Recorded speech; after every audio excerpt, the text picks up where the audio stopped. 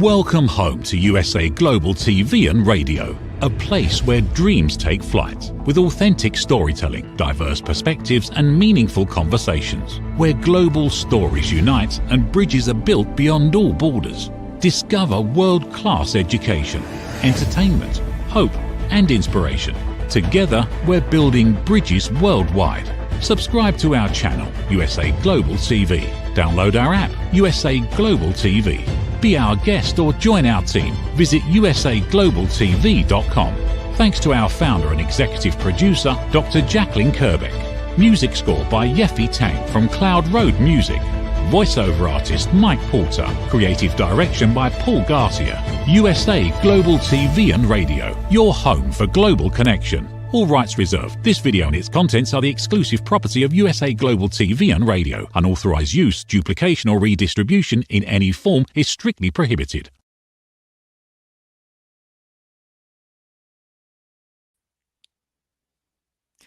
Hello and welcome to USA Global TV and Radio.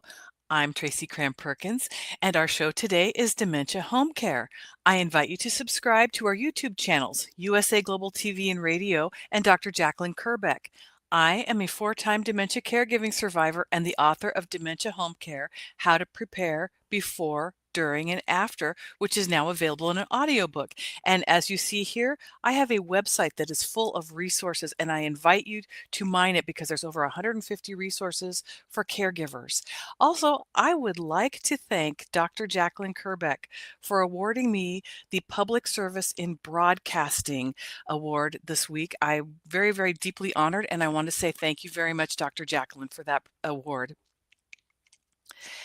Joining me today is guest Dan Goerke, a dementia caregiver, telepathic communicator, and Alzheimer's advocate. He is the author of Unforgettable, Unbelievable, A Journey of Telepathy and Compassion in Alzheimer's Care. Welcome back, Dan. Tracy, great to be here. Congratulations on your award. That's fantastic. And just very glad to be out here again with you and spreading the word about dementia care. Well, we had such a positive response to the last time you were on our show. I am just so excited that you agreed to come back. And for the audience who don't know you, would you please tell us a little bit more about yourself? Absolutely. So I live in a suburb of Atlanta and had met my wife, Denise, in the mid-90s. It was a second marriage for both of us. And early or late 2000s, around 2010, she began showing signs, some strange signs that we just didn't understand, those of us who knew her. And it was memory issues, forgetfulness, things like that. And after about almost a year and a half to 2 years of fumbling around trying to find out what was going on, we almost, I want to say, stumbled on the diagnosis that she had Alzheimer's disease. And at the time of the diagnosis in 2012, she was just 56 years old. And I didn't know someone that young could have the disease. And so it launched me on this essentially a career of being a new career, I should say, of being a caregiver for her. And I dove right in, learned everything I could. Primary sources were the Alzheimer's Association, friends, family that would send me information about how to be a caregiver. And during the course of that caregiving, she was a lively, bright person, always something interesting going on in her life. And so many different things were happening, funny stories, and I would tell people the stories that were going on, and they told me I should write a book. And I'm like, I'm not an author.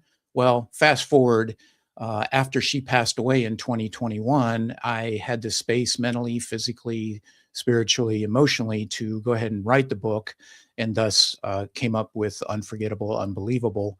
And it's just my new mission in life is to educate caregivers, especially men who aren't used to this role of being a caregiver, and to get the word out there that you got to take care of yourself primarily. So that's kind of the brief story of me over the course of the last maybe 10, 15 years.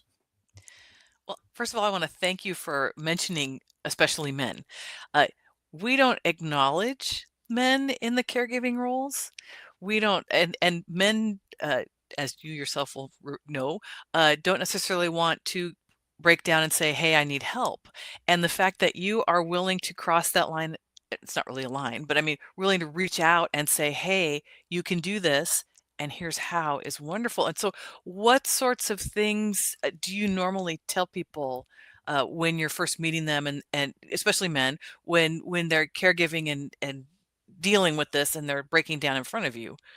Yeah, yeah, it's several things that I mentioned.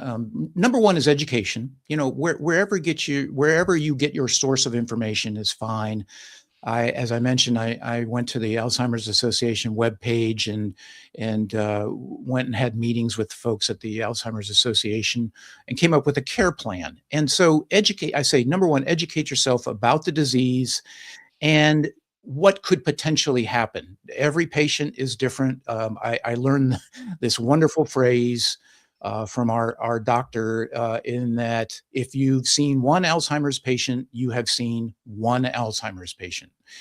Everyone it has a different manifestation of the disease and the symptoms, yet there are similar characteristics. And so learn about those and learn techniques about how to lessen the stress on yourself primarily, but also your loved one.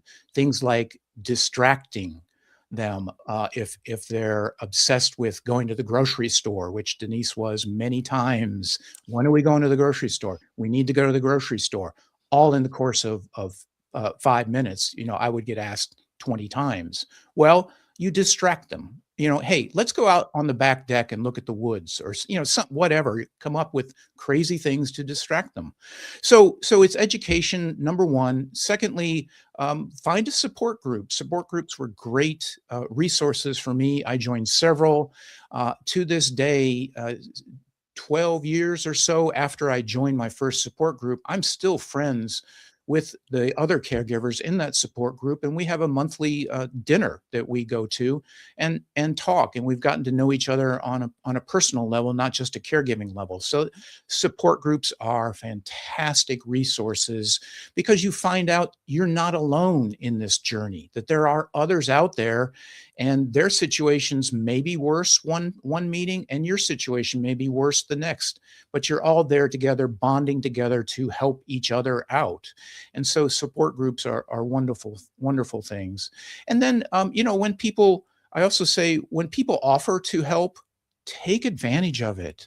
Don't say, no, I have this, because you don't have this. It is a disease like no other. It was the most stressful period of my life ever, ever, ever, ever.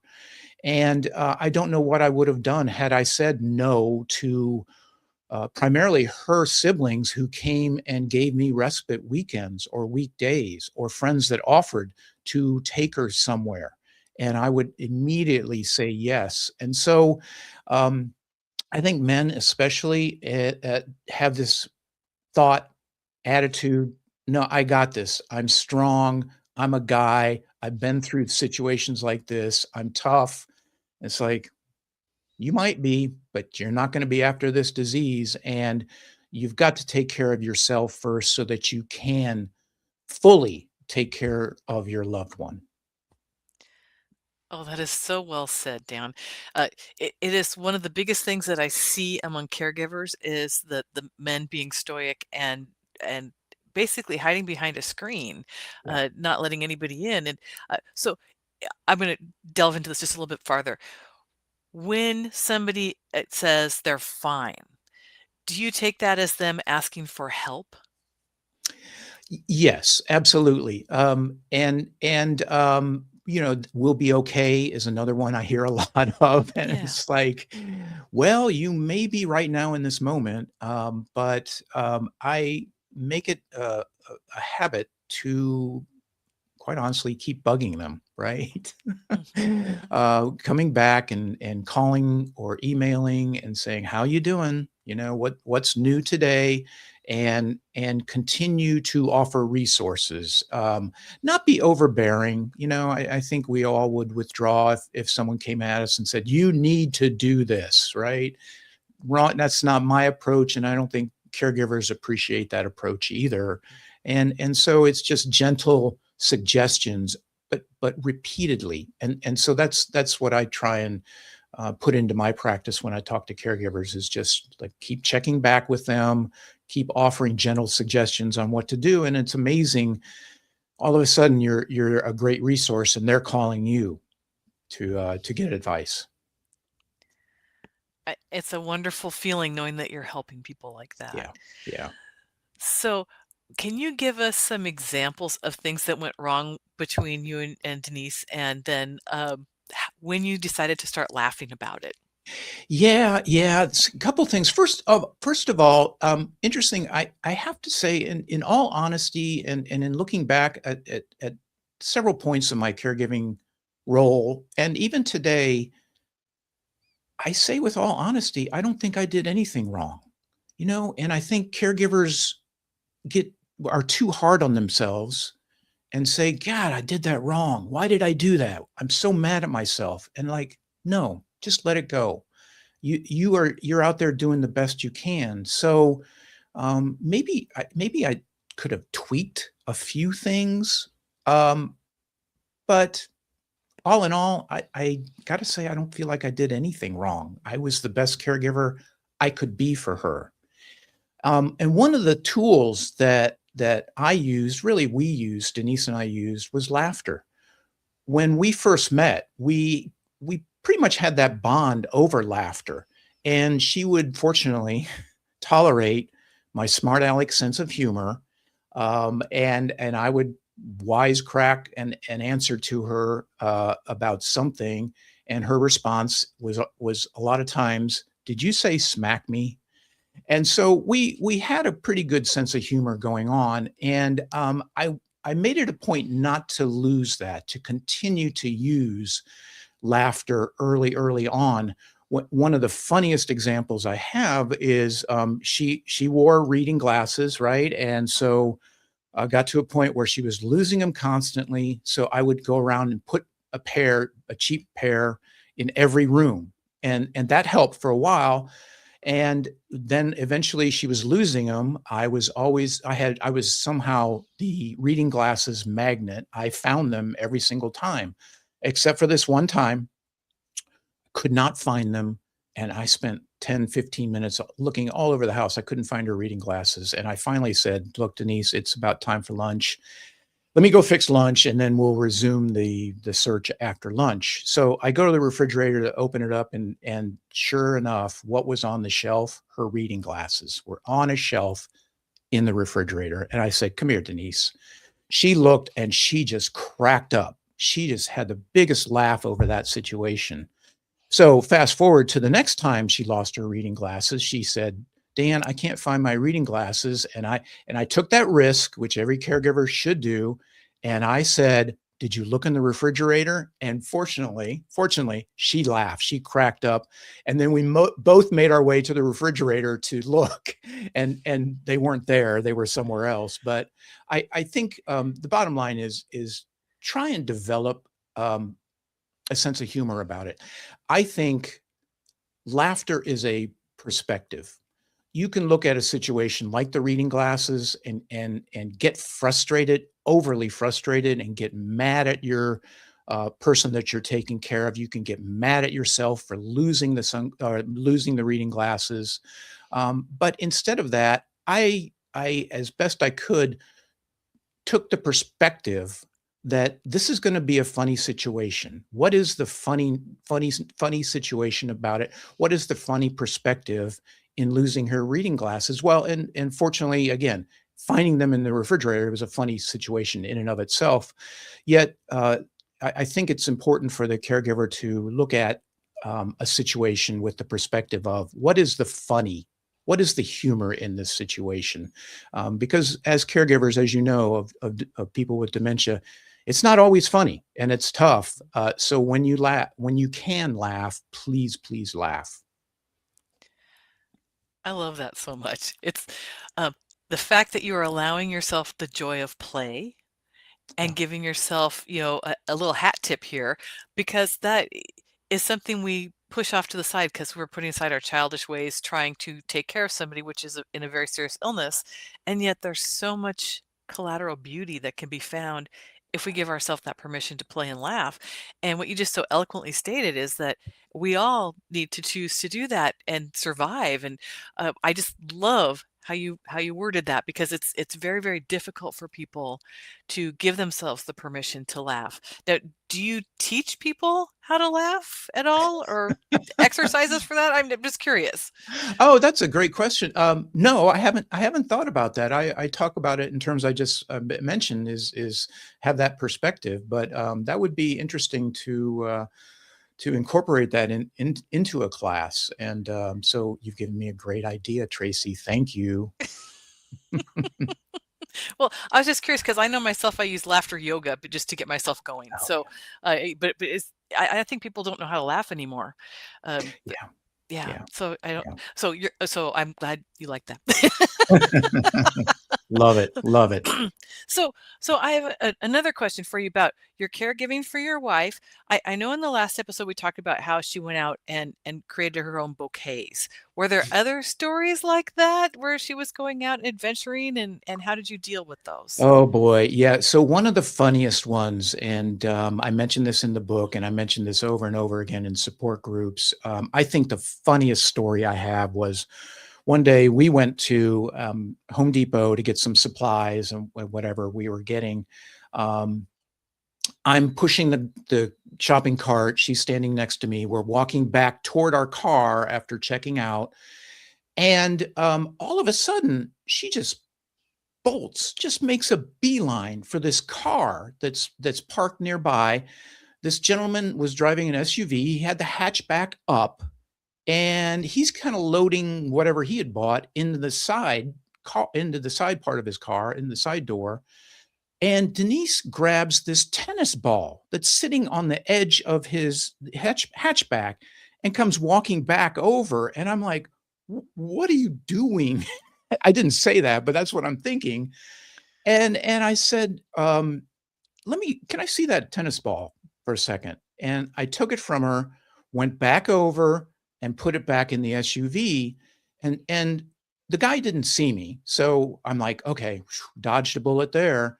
I get back, start pushing, take 3 steps with the golf cart, and she does it again. She makes a beeline right over for that tennis ball, grabs it out of the guy's car again. And this time he's standing up and he looks, and he's kind of look at me with this smirk on his face. She gets back over next to me, and I said, "Hey, can I see that tennis ball?" And same thing, and take it and put it back over there. And I look him in the eye, and I said, "Sorry about that." And he just said, "That's okay," and smiled. And to this day, I think he knew what was going on, that there was something going on dementia-wise, because he was very kind about his look, his expression of saying, "Don't worry about it." All right. So after the second time of the tennis ball, I get back, start pushing the cart, take 2 steps. She turns and looks at me and, with wagging her finger, says, "Don't you ever embarrass me like that again."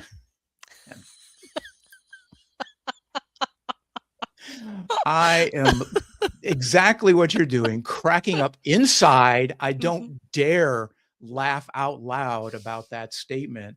And of course, being the good caregiver, the good husband, I said, "I am so sorry. I will not do that again." Oh my gosh.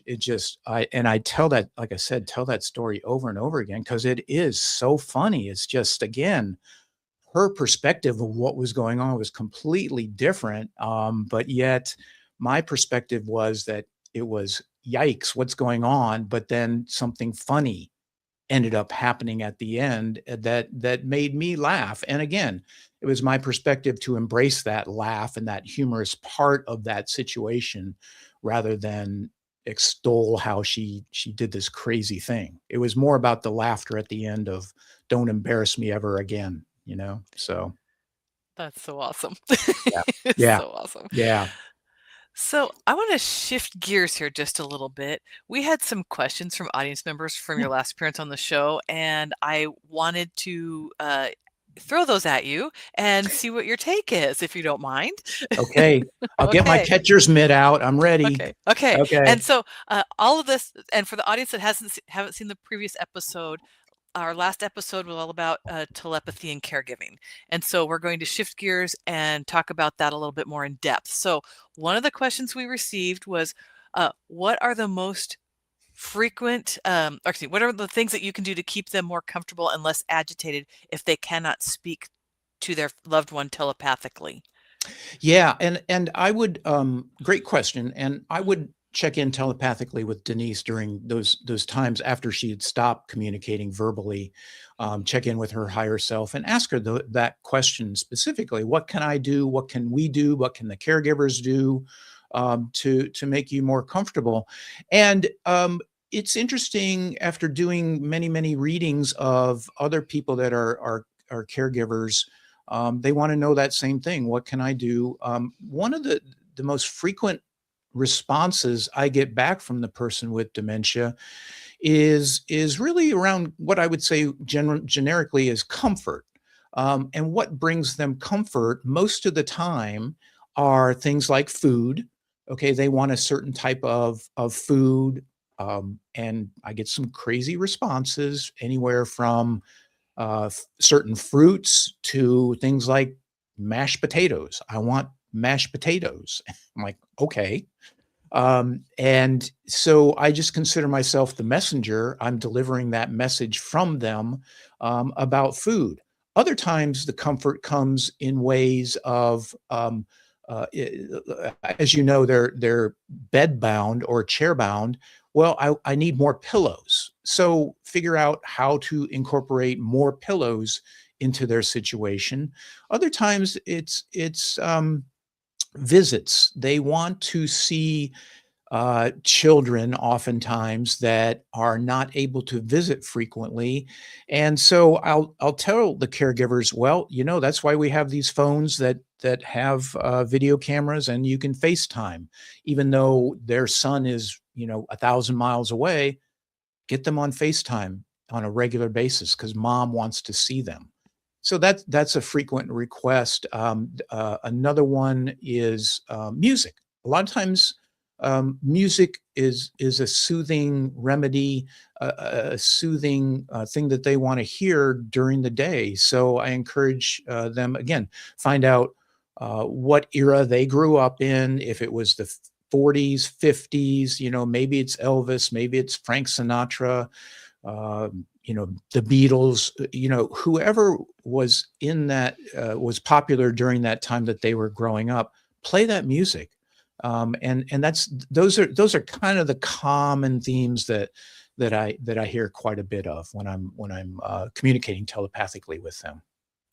So I'm going to take us back a step because I should have done this first. Can you tell us how you first communicated with Denise so that the audience understands this a little better before I ask my next question? Because Okay, that'll yeah. make more sense. Yeah. Yeah, absolutely, absolutely. So, Denise had started. I was about 3 years after the diagnosis, and she had started getting really quiet, communicating verbally less and less. Yet, more situations were coming up, including trying to get her on the toilet would take her upwards of an hour sometimes. Getting her in the car was physically difficult. She just the disease was preventing her from having a thought and then executing that thought with her body. She just couldn't do that because of the disease.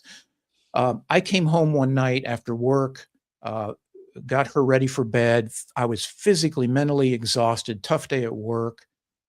And she goes to sleep. I stayed up a little bit longer, had a glass of wine, came back to bed, relaxed a little bit, and was sitting there kind of upright in bed. She was fast asleep. Her physical self was fast asleep. And I remember having the thought in my head. I said, Denise, this would be so much easier if I could talk to you. And it was in my mind's eye, I heard her voice say, "Well, then talk to me." And I and I looked down next to me in the bed, and she's fast asleep. It was completely in my head, and I immediately said, "Okay, the toilet is a challenge. It's taking upwards of an hour. We're both struggling. How do I get you on the toilet easier?" And she showed me, again, images of what to do, where to place my hands, told me phrases like push here, push there, do this, say that. And I said, "Thank you very much," completely believing it was her, or at least her higher self, her intuition, her soul was communicating with me. The next morning, get up, try those methods, and Tracy, it was amazing. What had been taking upwards of an hour, we accomplished in 30 seconds. And she's on the commode, and I'm so elated. And so that began my communication over and over again. How do I do this? What's a better way to do this? What do you need? What do you want? Those kind of things. And oftentimes she would volunteer things like, "Hey, I haven't seen my daughter in a while. Where is she?" Kind of. So that began this unbelievable communication with her. That i that is so incredible. It's just so incredible. Um, so, leading back to the frequent questions, what are the Yeah. most common requests you get from people when they are caregiving and they want to help their loved one? I mean, and they're trying, but they don't know how. Yeah, I think mostly, like I said, it's around comfort. You want your loved one to be comfortable, and so the common questions are they in pain? Are they in discomfort? A lot of times, I mostly recently, I've been getting a lot of people that where the loved one has had a seizure, so to speak, or some other ailment that is they can see the grimace on their face. So the question becomes, what can we do to help mom or dad through that situation? Um, Another common request is, I get some questions about timing. How much longer is mom going to be around? Does dad have much longer? Should we gather the family? Um, and I understand why you're asking those. I wanted to know from Denise. I rarely got an answer, a clear answer. I tend not to like those questions because time is this concept that we've developed as humans, right? And we've created these things like minutes and hours and days and weeks and months. And so the universe, the higher self, they don't care about that kind of time frame. So um, I tend to give answers like that. I usually get an answer of some sort, but I have a lot of asterisks and caveats with that answer about timing. But and again, I understand why people want to know about timing. So that's a common question. Some other really, it's kind of a lot of people that come to me are the ultimate caregivers. They want to know, how can I make mom more comfortable? Does she like this community, which is usually a memory care community? Does she like this community, or should we move her? So there's questions mostly around the caregiving and the person's general well-being. Those are the typical questions that I get. Well, then that leads me to this next question because this one connected with me a little bit. The person asked, if I'm not knowingly connecting telepathically, what are some things I can do to either say, feel, or radiate that will make my loved one feel more peaceful? Yeah, yeah, and I gotta say too that I think we can all communicate telepathically. Now, it may vary to what level you do that communication. Yet, some of the simplest ways to communicate telepathically is follow your intuition. If you're there with your dad and you're looking at him and you get this thought in your head. It's like, he looks like he's thirsty. Well, guess what? That's your intuition. That's his intuition, his higher self reaching out to you to say, hey, hey, hey, I'm thirsty. And so much of the telepathy begins with following your intuition. And so that's what I tell people, that you can do some of this too. Just follow that intuition of when you get that thought of they look thirsty, they look uncomfortable. Hey, I had the thought, maybe let's move the bed around to where mom or dad can look out the window and see the birds and the trees and things like that, and give them a more peaceful, serene setting. So follow your intuition when it comes to those caregiving moments, and that is you essentially communicating telepathically with your loved one. I hope that answers your question. The question. Yeah. Yes, it does. So Yeah. then the next question I have for you is going off key now. You Uh-oh. just did a second episode of the telepathy tapes. Can you share a little bit about that with us? Ooh, yes. So, yeah, they reached back out to me and said, we're taping season 2. Would you like to do another episode? And I said, yes, of course. I'd love to. And I said, let me throw this out. What if I did a live reading during the episode? And they love that idea. And again, I was following my intuition. And I looking back, I think that was a message from someone, maybe Denise, maybe, I don't know, somebody, do a live reading. So Kai Dickens, who runs the show, has a friend, Rebecca, whose dad is in a memory care community. And it just so happens his community is here in the metro Atlanta area. And they said, well, let's do a live one. Let's go to the community and do a reading right there live. And I'm like, okay, sure. Why not? I mean, I typically do readings remotely. It doesn't matter where I am and where that person I'm reading is. But yet they wanted to do it live. And I said, okay, sure. Typically what happens during a reading or prior to a reading is that person starts coming through. So Rebecca's dad, Pedro, started coming through to me and telling me certain things that were important to tell Rebecca, to tell his wife, Maria, about. And so I always write them down. I have all these 3x5 cards that I write messages down on. And what was really cool, though, was when we got to the community and Rebecca brought him out, he had this look of, I know you. He has gone completely silent, but he looked at me and he had this expression that of recognition of me, of who I was. And that didn't really surprise me. During our lunch afterwards, I said to the sound engineer, I said, did you see that? And he goes, yeah, that was amazing. And Rebecca had not seen it because she was behind the wheelchair pushing Pedro out. So we talk about that in the episode. And the other important part of that, though, too, is the fact that Pedro grew up in Cuba, immigrated to Miami, and then subsequently made his way to Atlanta.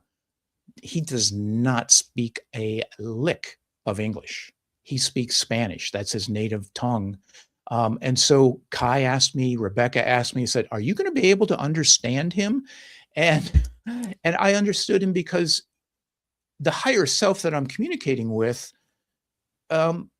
wants to be heard and is able to communicate in a language that I understand.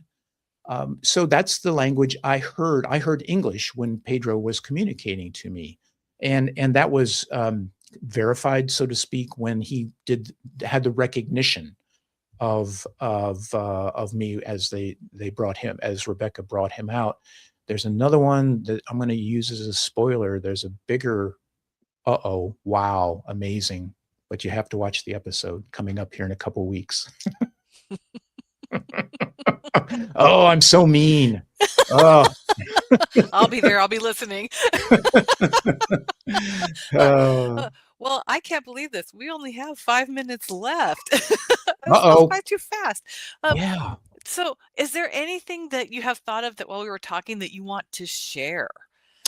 Yeah, yeah. So again, my whole mission is around caregivers, making sure, I want them to take care of themselves, find humor, find support groups, find support, take support, say yes when somebody offers you support, and don't be hard on yourself. And then I want to, if I can, leave with this thought.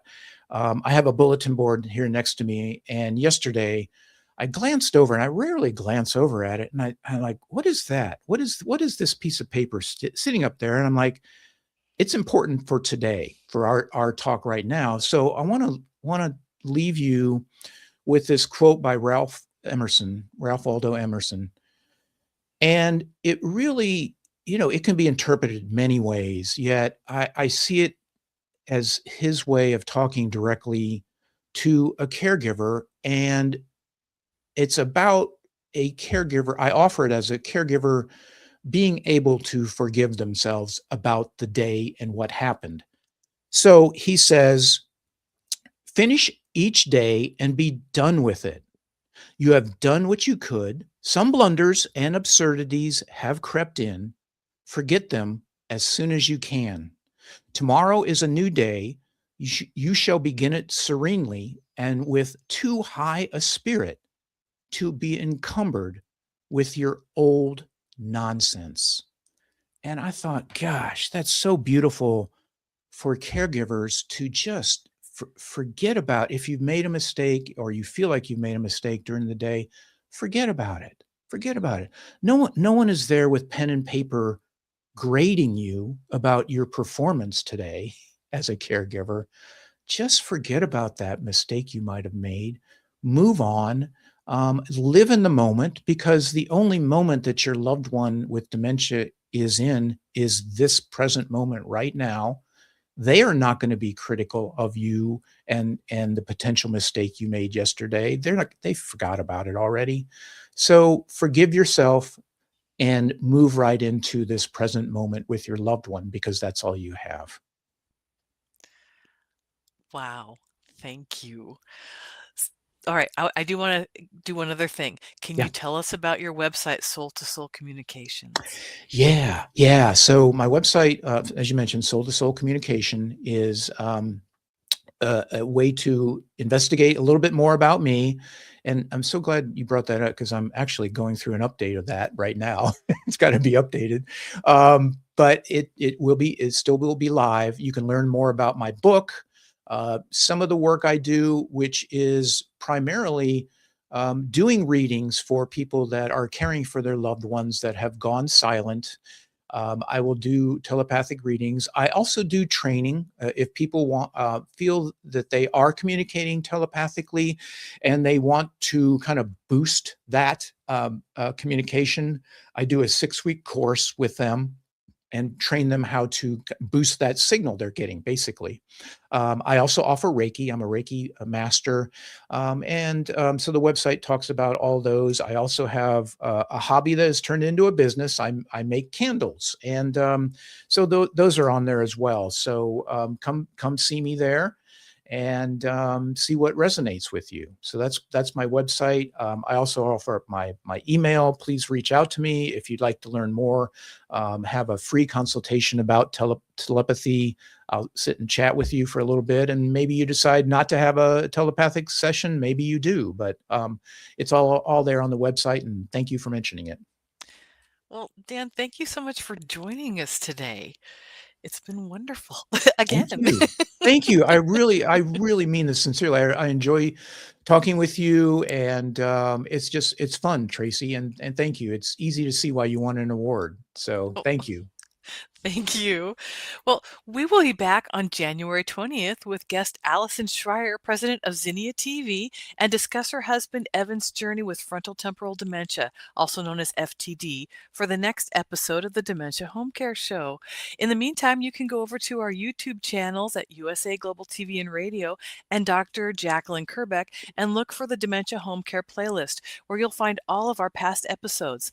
Thank you to the wonderful Dr. Jacqueline Kerbeck for all of her hard work behind the scenes today, and thank you to our sponsors for making this possible. See you next time, everyone. USA Global TV and Radio proudly presents Tracy Cram Perkins, a dementia caregiving survivor teaching how to balance care with peace of mind. #1 resource for dementia caregivers. It's the book Dementia Home Care: How to Prepare Before, During, and After. Over 17,000 copies sold of this must-have guide. And now a testimonial from Tracy Smith. If I was to describe this book to someone who is going through a similar situation, I would underscore how important it is to have some sort of a tool or a guidebook to help you through certain stages. And there's so many, it's such an unknown topic to the average person. And to have this as a reference is essential. It's going to help you get through it personally, as well as help your loved one manage. To learn more, go to tracycramperkins.com. Tracy Cram Perkins is an award-winning author. She's also the host of Dementia Home Care television show. Watch it here on USA Global TV and Radio. Listen, babe, now, listen, babe, now. Listen, babe, now, listen, babe, now. Listen, babe, now, listen, babe, now.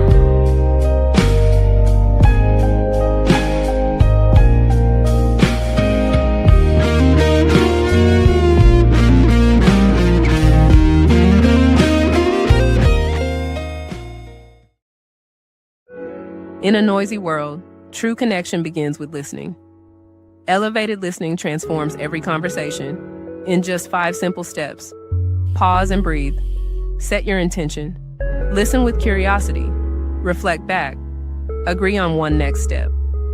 Join the Listening Mentor on Let's Finally Talk with Dr. Jacqueline Kerbeck, the Listening Mentor, where we help you find inner peace, one conversation at a time. Streaming every day.